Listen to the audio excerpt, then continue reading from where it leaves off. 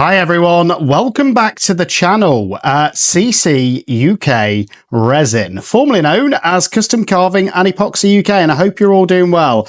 And you may think, why is he taking a video of a camera taking a video? It's a bit crazy. But the reason why is I wanted to do a bit of an update on this, which is my Resiners Pure Air.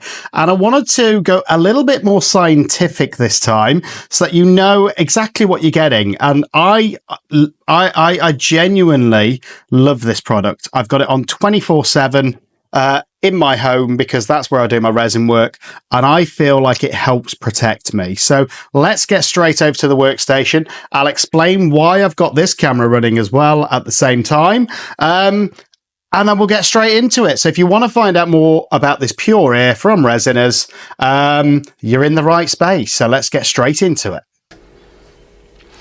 So here we are, guys, back at the workstation, and I'll explain this experiment.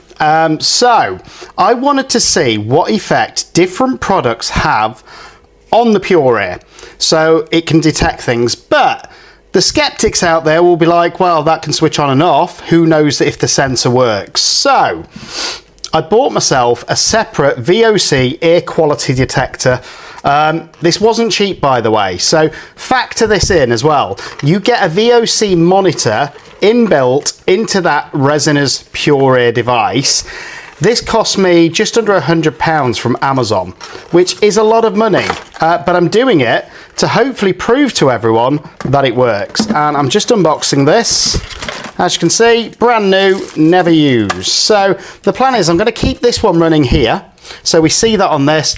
And in the top right-hand corner, we're going to have the other one, which is straight from the Pure Air. And we're going to see which ones detect first, what they detect. We're going to try this with different resins. We're going to try it with alcohol inks. We're going to try it with mica powders. And we're going to see what happens. And I think it's important that we all know the products that we work with, what sort of gases, what dust they let off. And I'm not saying this is a replacement for a respirator or gloves, it isn't. But if you've got kids, if you've got dogs, if you've got animals, they're not going to be wearing a respirator. And if you work indoors, you want something that's going to clear those fumes. Or if you're doing a complicated technique like a bloom technique, you're not going to sit there for 20 minutes in a respirator waiting for that resin to get up to temperature. Then you're not going to wait 2 or 3 hours for it to cure, sat in a respirator before you put the next layer on. Nobody that I know of will sit in a respirator for 24 hours whilst that resin cures. And that's why it was important to me, because those fumes go somewhere. And when I take that respirator off, I'm going to be breathing it in. But not only me, my dog, my children, things like that could be breathing them in. And it made me think, do you know what? I need an air purifier, and that's why I got it. But anyway, that's just a bit of an explanation of why I think they're important. I've never, as you can see, used this. I'm hoping there's charge in it. There we go. So that is on. And I'm guessing we just switch it on. On. Helps if you push the on button. It's preheating apparently, this one. So I'm hoping we can still see that screen there. I think we can, and it's preheating apparently. I think that just means calibrating. And it's got a little stand it comes with, so I'm gonna just put it on that stand. Can we still see the screen though? No, I'm gonna have it down. It should still work. And it's gonna calibrate what the air is currently like. Now I'm gonna push record on the other camera at the same time, and then we can watch these as the project continues. I'm going to leave the Resiners one on. This one's obviously going to stay on as well. But we're just going to wait for it to calibrate so that they're both at exactly the same point when we start this project. Again, this is a USB one. It's Bosian. It's got really good reviews on Amazon, and that's why I went with this one. So, as you can see, still calibrating there on the screen. And I'm just trying to have a look at the camera angle and make sure that we can still see that screen. I think we can. If not, I'm going to zoom in on it anyway. So the plan is here. I'm going to do a frog just because I love doing a frog. And I think I can use all of these different elements in one frog to see what happens. And I think that'll be the exciting thing. And I think some of the items I'm going to use are probably going to surprise you. Now, as they trigger the Pure Air, I'm going to pause the project and wait until it goes back down to safe levels again before I continue with the next stage. And then that way you can see how it reacts to everything. So as I say, this has got about another 90 seconds. So I'm going to get gloved up and we're going to start off with this froggy. So we're back and it looks like it's calibrated, and it says the TVOCs in my room are actually a bit higher than what it says on the Resiners one. So 0.22, still green, nothing to worry about. It's good, it's slight, and nothing to panic about. As you can see, it's 23 degrees, which is amazing for the UK. And the HCHOs are 0.085 as well. So that's what it's showing me at the minute. Slightly warmer as well on the Resiners one, so I don't know which one's going to be the most accurate, but we're going to watch anyway and we're going to see what happens. So first thing I've done is picked out 2 eyes for this frog, and if you look, I've put a line down them so I know which way they're going to go round, which is important in your frogs, otherwise you get wonky looking eyes and nobody wants that. And I'm just going to use some UV resin for this first part. I'm going to use the Apex resin for this, and there's going to be 2 parts that I'm going to use this UV for. So all you want to do, grab your, and obviously this is mainly about the Pure Air, but why not do a bit of a tutorial and make a frog at the same time is what I thought.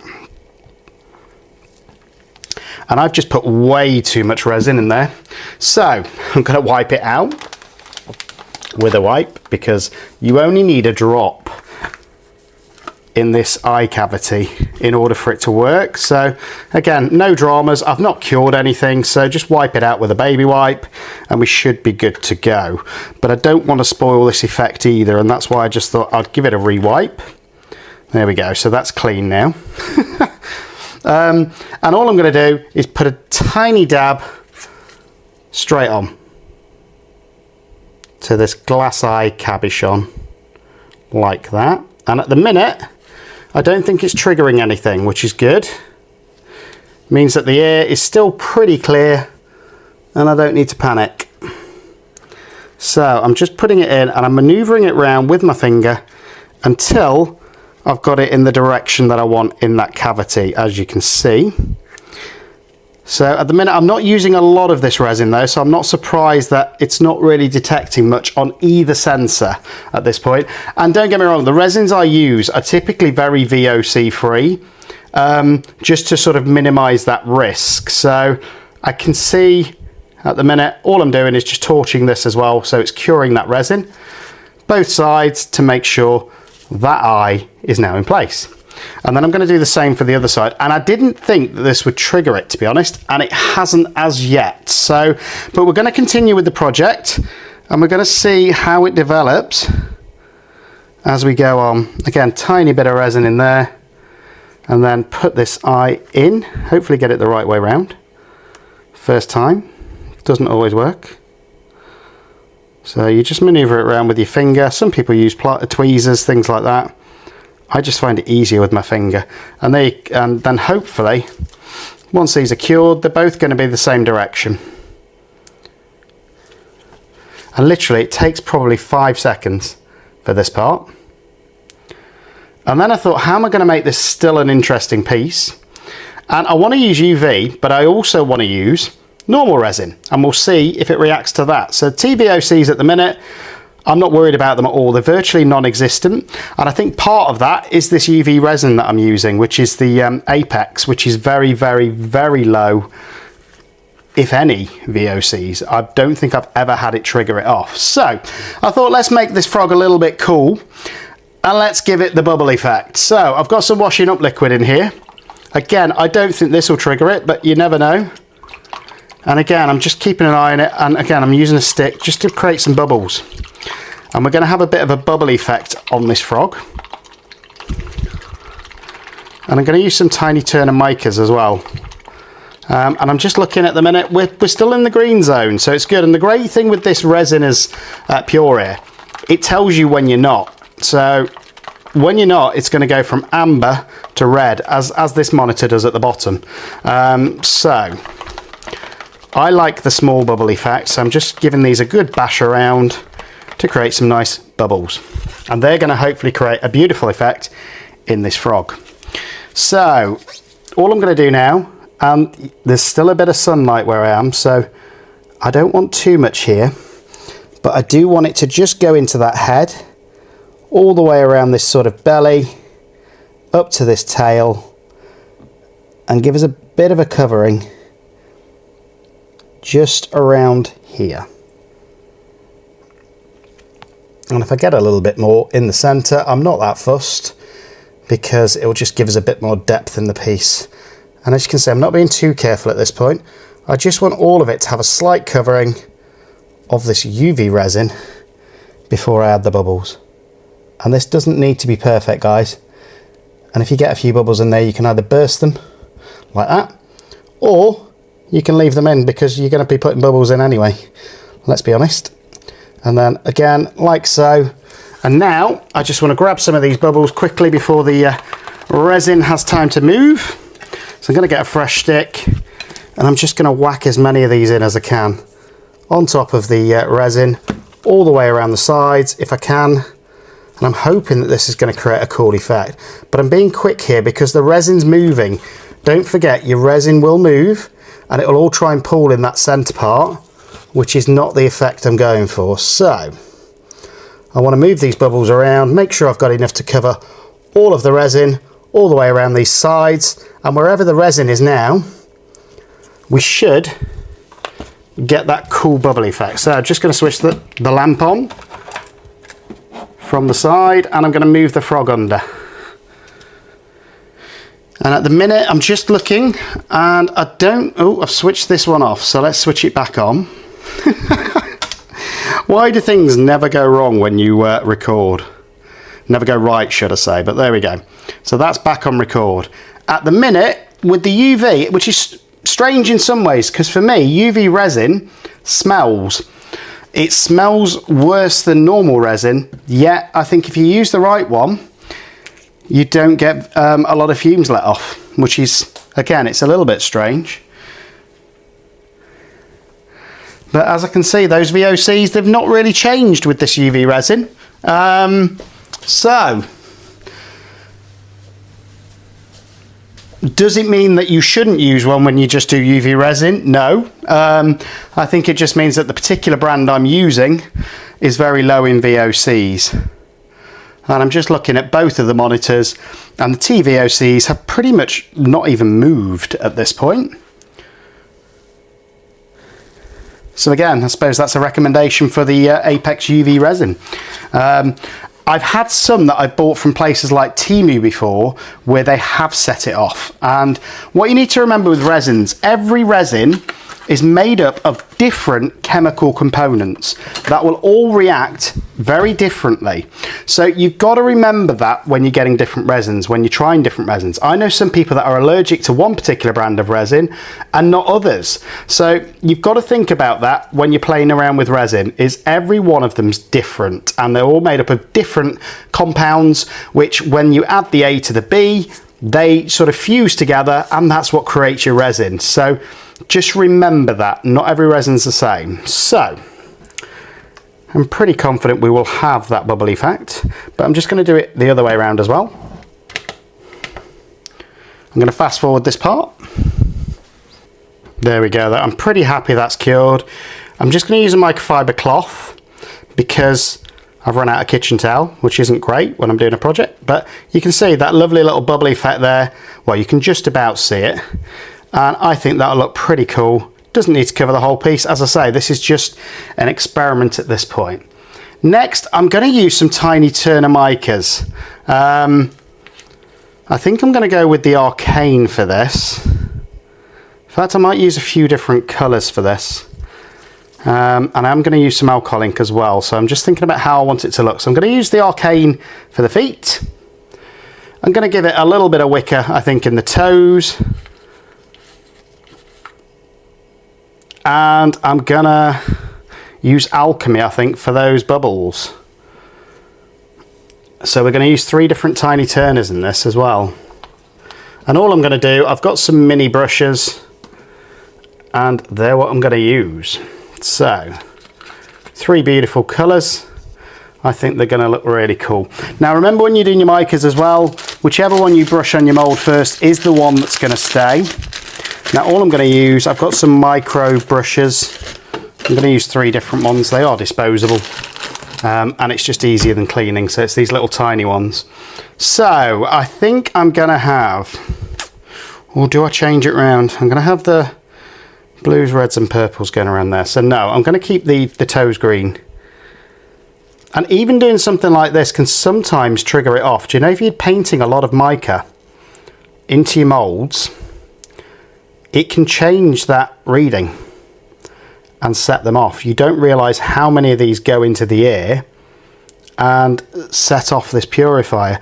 And I had no idea until I started painting micas in my molds that it would have an effect.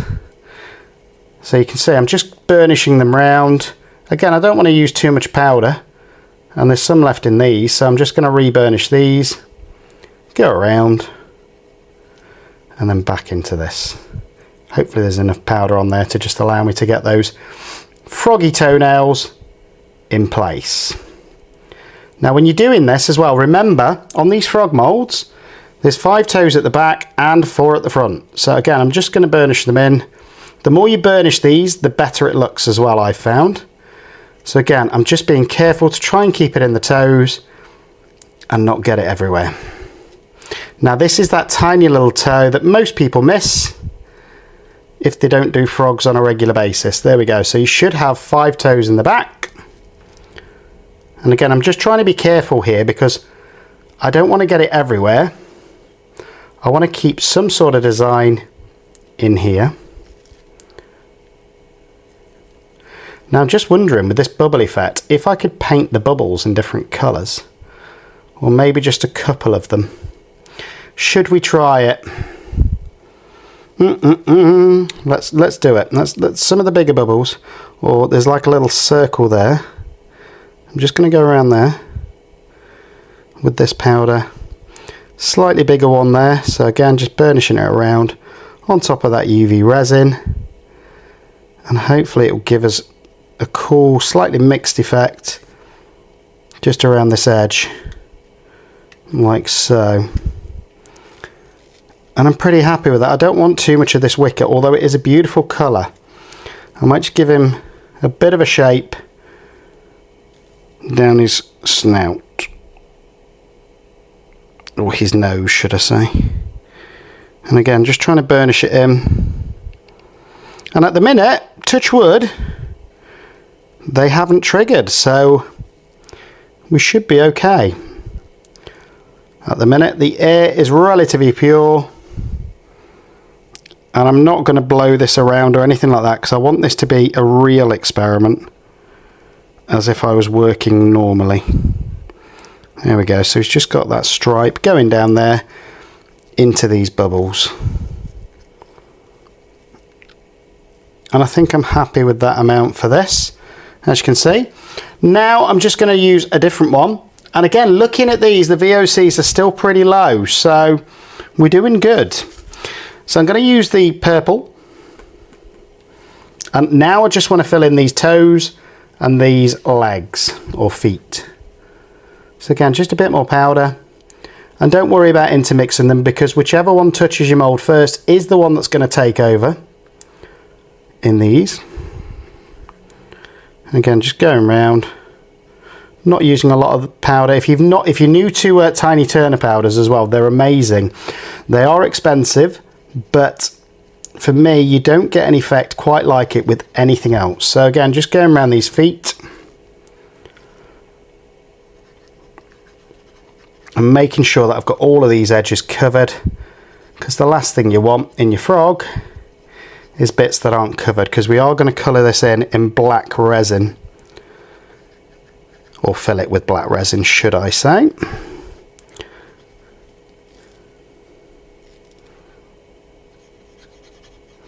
And again, just using that brush, brushing it around, burnishing it as I go, trying not to get it everywhere because that will spoil my effect. But in nature, you know, frogs don't always have the same symmetrical patterns, so I'm not overly concerned. So I'm just going to speed this up for you, and we'll see if these trigger at all. Okay, there we go. That's those two front ones. Pretty happy. They're burnished in. And I think we'll get that cool colour. Now for the back legs, exactly the same.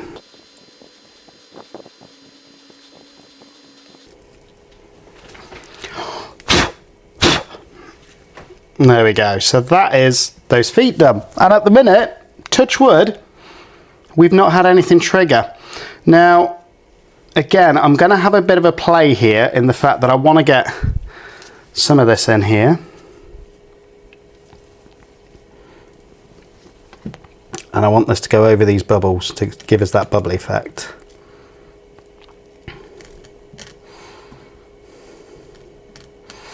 Shouldn't need too much powder, but I want to make sure there's enough to at least cover these bubbles and hopefully give us a cool effect. And what I'm going to do is get a brush in a minute, I think, rather than this micro brush, just to really brush those in. You tend to find softer brushes work better once you've got powder in there to just burnish them. So again, I'm going to just use this brush, just trying to go around these bubbles.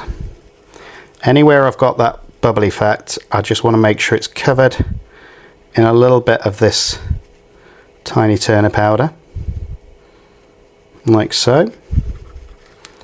And this should hopefully give us a really cool effect. Now, I don't want a lot, but I do want to make sure that it's all covered all the way up. And I'm just burnishing it around this edge. Now, these work best with black. So I am going to use black just to cover them. And then I'm going to go over the top with something else. And I don't know if that'll work either. This is, in fact, do I risk spoiling this beautiful bubble effect? No, I don't think I will. So I'm going to put a little bit of, I'm going to mix some resin up now and we're going to see if that triggers them off. But as you can see, I've got that beautiful bubble effect in there. Again, nicely burnished around with the brush, making sure it's going to hopefully highlight these bubbles and that bubble effect I've just put in the frog. And I think that's going to be really cool. Now all I'm going to do is just use the same soft brush and just go around these, making sure that, again, the bits I want covering are covered with this soft brush. And again, it's just further burnishing them. They just work better if you burnish them in. It's as simple as that. And you don't need a thick coating or anything like that. It's just a case of making sure they're all nicely burnished and shiny. And again, remember, this will be going into the air as you do it. So just be cautious. So there we go, I'm happy with that. Now, I did want to try some alcohol ink in this, but do I? I don't know, I can't make my mind up. No, I'm going to get some resin and we're going to mix it up. And I'm just going to use, I've got some T-Expert resin here. And I'm going to use that. Alchemy, yeah, one's there. That one's there, and that one's there. So I've got some T-Expert resin, which again is quite low in VOCs, so it doesn't always trigger off. So let's have a look and see what happens.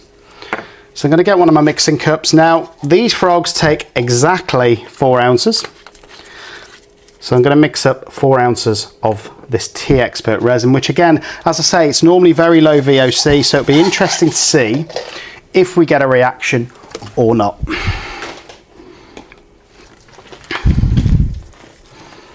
So here we go. In fact, if I do it this way, we're going to mainly get a black frog. No, I am going to dust the other sides of it with a different colour. So I've got Chaos here, which is quite a bright pink.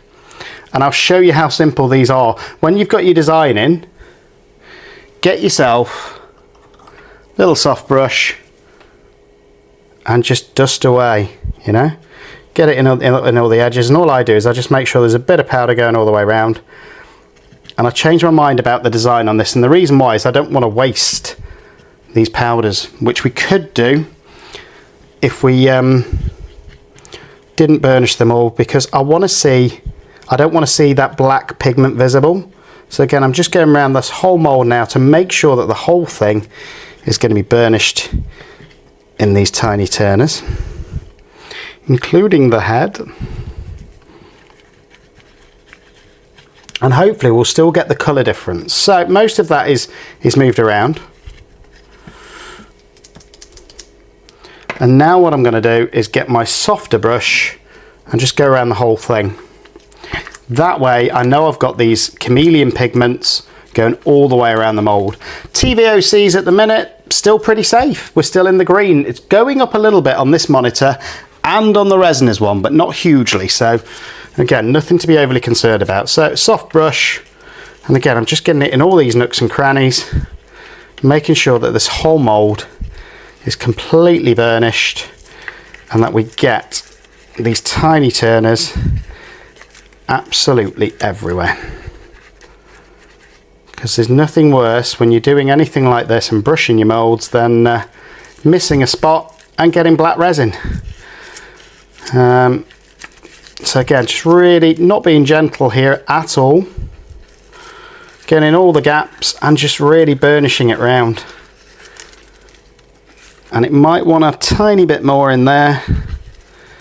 In fact, give me another colour.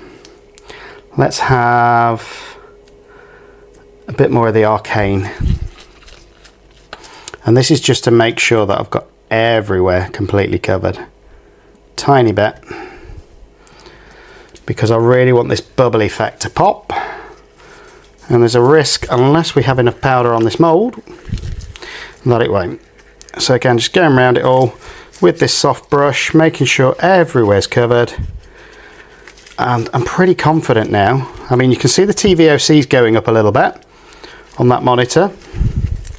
That's another reason I wanted to do this, so you can see that even using different micas and things, it can trigger them. Now, I'm not saying it will every time, and it all depends on sort of which ones you're using. But again, as a resin artist, you don't know what goes into these things, so you certainly don't want to be breathing it in. And you certainly don't want your animals breathing it in, or your kids. There we go. I'm pretty happy that this is now fully covered in this powder. So we're just going to mix up some black resin now. And his eyes popped out. I didn't secure his eye in there very well, did I? So, I don't want to ruin this piece. So I am going to re-put the eye in. Apologies, it never goes to plan when you record, does it?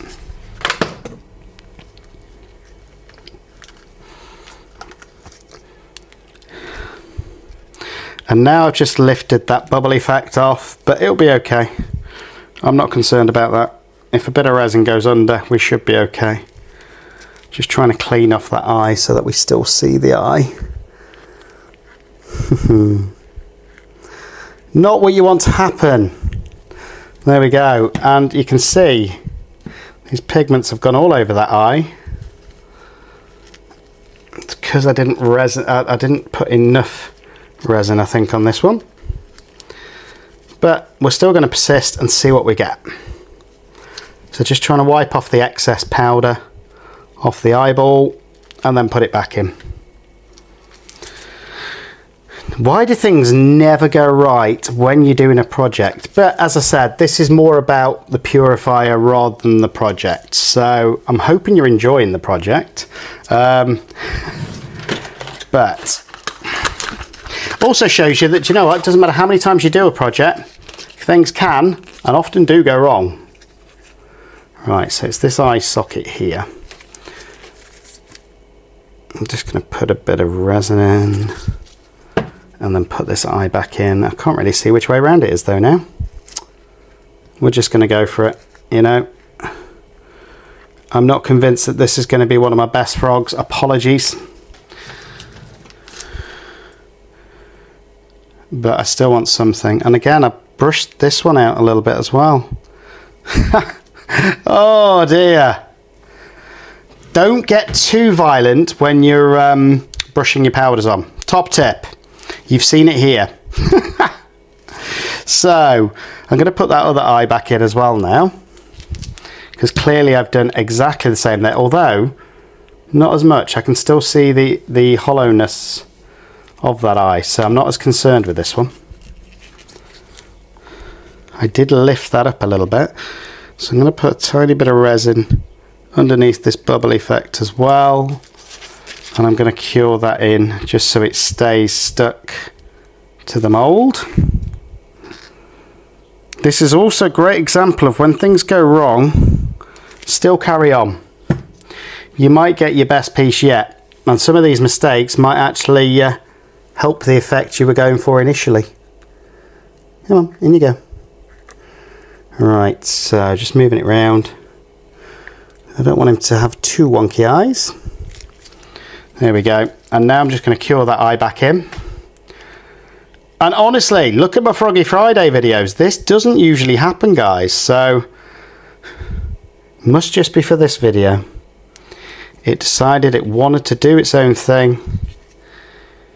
So now I'm going to brush around it once it's cured very gently. So, and then we're going to get to mixing up that resin.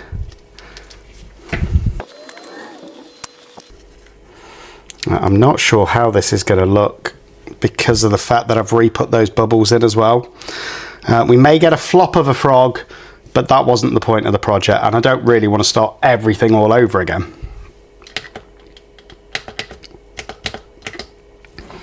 But we'll see. I'm still going to persist and see what it comes out like. We might get a cool effect that we weren't expecting. So now, just those areas again, going around them really gently now, and making sure anywhere where I've just stuck my fingers is covered in this powder. Again, trying to be as gentle as I can, but again, I don't want anywhere not having some of this powder covering it. And I still think we'll get a cool effect, so I'm not overly concerned. Will it be perfect? Probably not. Will it be cool? Probably. There we go. So I'm happy with that. They're now covered. Again, just giving it a gentle skim around there, and I'm happy that that is now burnished. So, top tip for you, whenever you're doing a project like this, don't be too rough when you're burnishing. Right, so now I'm going to get my resin. So we're going to move him to the side. We're going to put our pot there. This is my part A, and as I say, I'm just using the standard T-Expert resin for this, and it is a low VOC one, so we'll see if it triggers it off or not. I can see the VOCs going slightly up, but not hugely. But again, we haven't really played with much resin apart from that UV. So in we go. 2 ounces.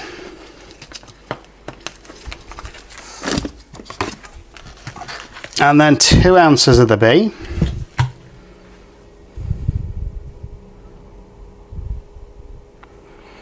Fluid ounces that is, which is roughly 120 ml all in. I know a few of you have been asking why I work in ounces. I just find it easier, especially when I'm doing molds and things like that, to know how many fluid ounces it is, and that's how much resin I mix. So we're just going to start mixing this around now and seeing if it has an effect on either of these sensors.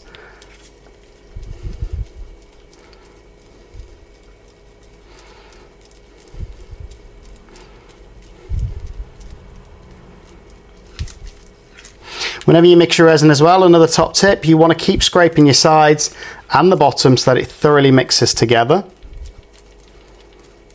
Now all this time, I know there are some fumes that are going into the air.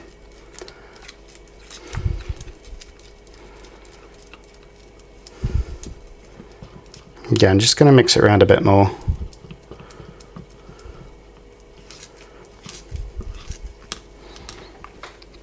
And now I'm going to get my...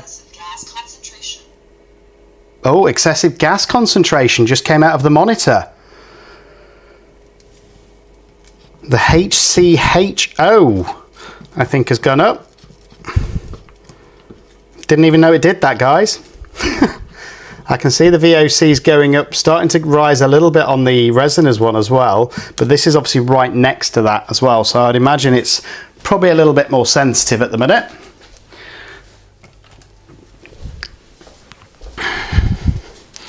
And now I'm going to get some black dye resin paste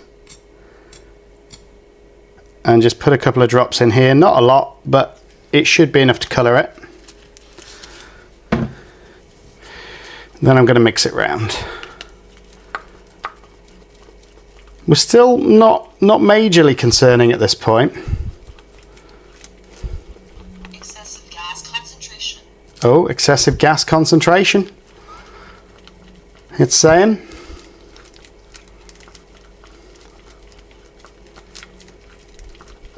So it is letting gases off, even this VOC-free resin. And you can look at the TVOCs, they haven't got up that much, but it is letting something off. And this is a very low VOC resin. Now, what I want to do is make this almost different shades of black, which sounds really weird. But again, just because I think we might get a reaction here, a few drops of alcohol ink in there. So I've gone in with purplish red.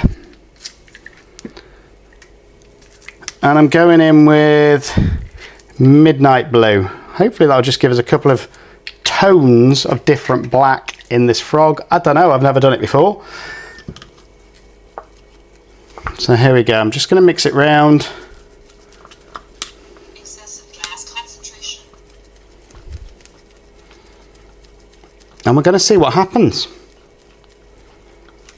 You know, I'm mixing that resin, I'm mixing the alcohol inks in with it as well. And sometimes when you use alcohol, they really trigger. So we're going to see what happens. But it's mainly, I find, as it cures, you get the big reaction. Because I think that's probably when it lets more into the air. So, here we go. I'm just going to wipe my stick. And again, with both of these, to be fair, I think the resins I use are very low in VOCs. And that's why I've not got much of a reaction yet from either of these. Let's see. So that is now wiped.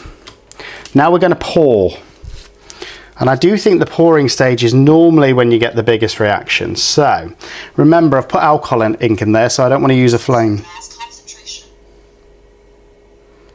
And remember that sensor is right next to the frog, so I do expect the resiners want to take a little bit more time to pick up on these fumes. Whoops. Try not to over pour, but to get it in all of these toes.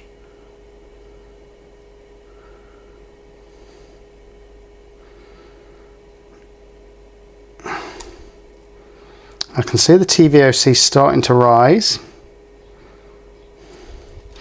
Now what I want to do is just get my silicone tool and pull the resin into those toes.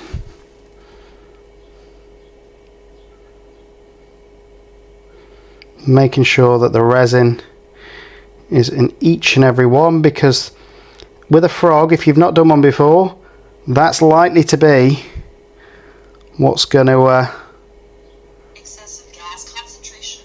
okay, so we're going into the red on one area on that sensor.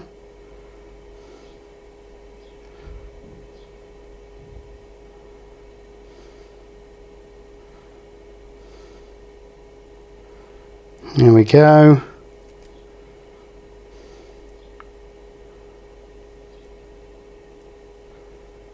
And I'm just going to go under this chin because I don't want any bubbles under there, which is where they tend to gather. And then I'm going to continue pouring what's left of this resin in. I don't think there's a lot. And then I'm just going to speed it up. And we're going to watch what these sensors do over a period of time. And I'm not in any rush for this project. I can leave it on for a few hours and we'll see what happens. And see if we get different effects or different results from each monitor. And obviously see if it triggers that pure air. So here we go.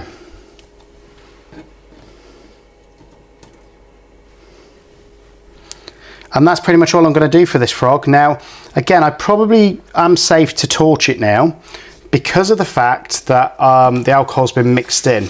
But what you need to remember, as I say, these air purifiers for me, they give me that peace of mind. And just to show you the sensitivity, if I have a cigarette and I come back indoors, it usually triggers it. to the point where, as I say, it actually switches on and goes red briefly. So we're going to let this cure now, and as I say, we're going to see what actually happens, whether we're going to get any effects, whether it is, at what point this sensor gets to before the Resiners sensor triggers as well. But again, for me, the biggest thing is a lot of us do this indoors. Now look at those TVOCs now. 1.65 it's showing on there.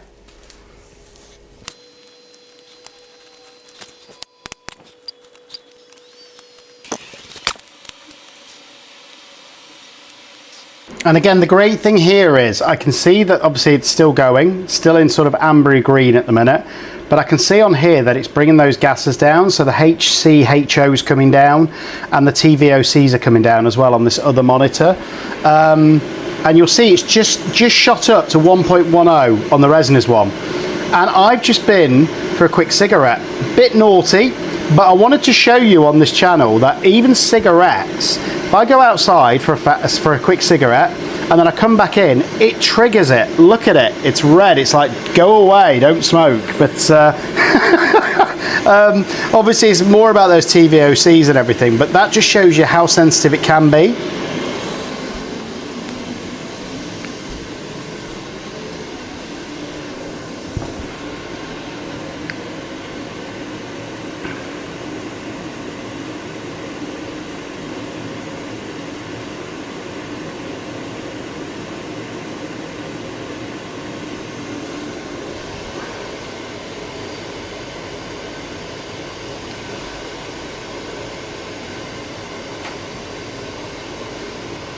Now I am expecting this to take a while to clear because I've used alcohol inks.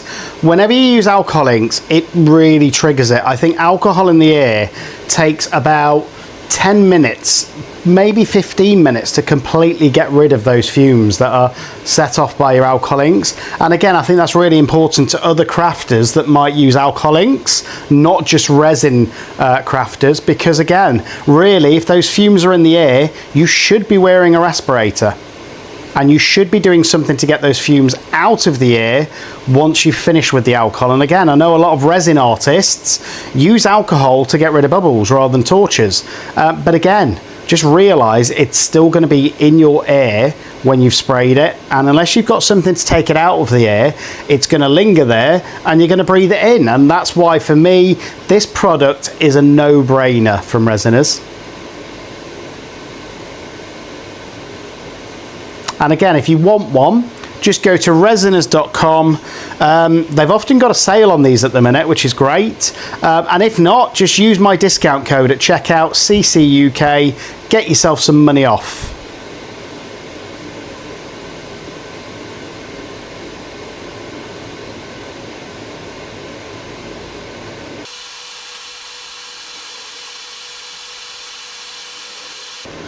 And again, I think it's interesting with the Pure Air, how it will go down to amber and then go back into red. And I think that's at different stages of curing of resin.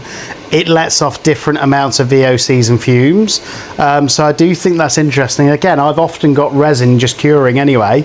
And sometimes I'll be there sat there watching TV or editing a YouTube video and it will just go off.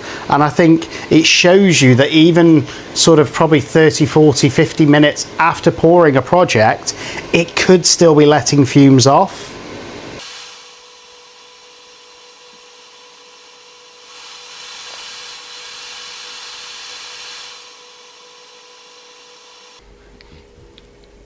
And there we go, guys. It's been about 9 minutes and it's brought it all the way down to safe levels again, pretty much. It's gone back into the green. And if you look on the this monitor as well, the TVOCs are back in the green as well, down to 0.247. But I'm going to leave it on and we're going to see over the next half an hour or hour or so, however long I can be bothered to leave these running for, if they rise back up again. I don't think they will now that the Pure Air's done its job and taken those VOCs out of the air. So at this point, I think you would be safe to take off that respirator. I've just noticed something on the surface of this frog though, so I'm going to try and get it out. Don't know what it was.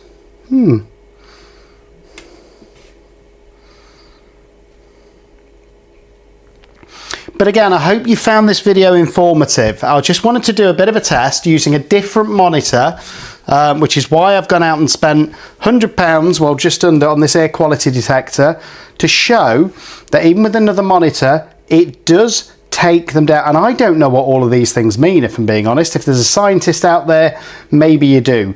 But I do know that red is bad, green is good, and at the minute it's doing its job. It's taking everything out of the air and we're coming back down to green levels, which is what we want. So here we go, guys. It is the next day and I'm excited for this, although I don't have high hopes for it, if I'm being honest, the way it went. But hopefully it will still look half decent. We're going to find out. So just going to demold and see what we've got. But do me a favor, like and subscribe to the channel if you're liking any of the content. And obviously, don't forget to join memberships. And don't forget, this was all about that Pure Air from Resiners, which I think is an absolutely amazing tool to have in your kit, in your workshop. Just keeping you safe, keeping your family safe, your pets safe, and making sure you're not breathing in those fumes and you're doing something to get rid of them, you know.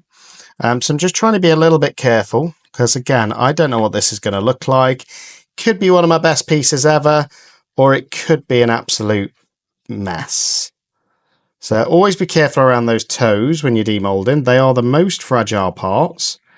I'm liking what I can see so far, but the biggest question is going to be that back and what the back looks like, I think, because that's where I think I messed up, and with the eyes.